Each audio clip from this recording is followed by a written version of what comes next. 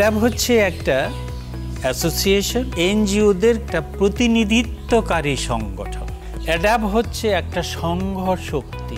সংঘ যদি না থাকে তাহলে শক্তিতে রূপান্তরিত করা যায় না। ঐক্যের শক্তি হিসেবে অ্যাডাবের কিন্তু অর্জন অনেক। আমাদের দাবির পরিপ্রেক্ষিতেই কিন্তু এই এনজিও ব্যুরো স্থাপিত হয়। যে আজকাল যে সকল সংগঠনগুলো তৈরি হয়েছে, যেমন পিকেএসএফ এর কথা আমরা বলতে পারি, এনজিও ফাউন্ডেশন অথবা সোশ্যাল ডেভেলপমেন্ট ফাউন্ডেশন, এর চিন্তার জন্মটা কিন্তু হয় অ্যাডাব থেকে।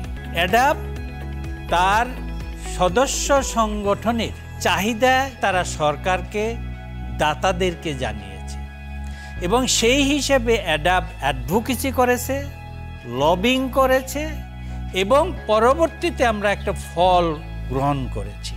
নারীদের প্রতিনিধিত্ব স্থানীয় সরকারে, সেটাও কিন্তু আমাদের অ্যাডাবের অ্যাডভোকেসিরই ফল।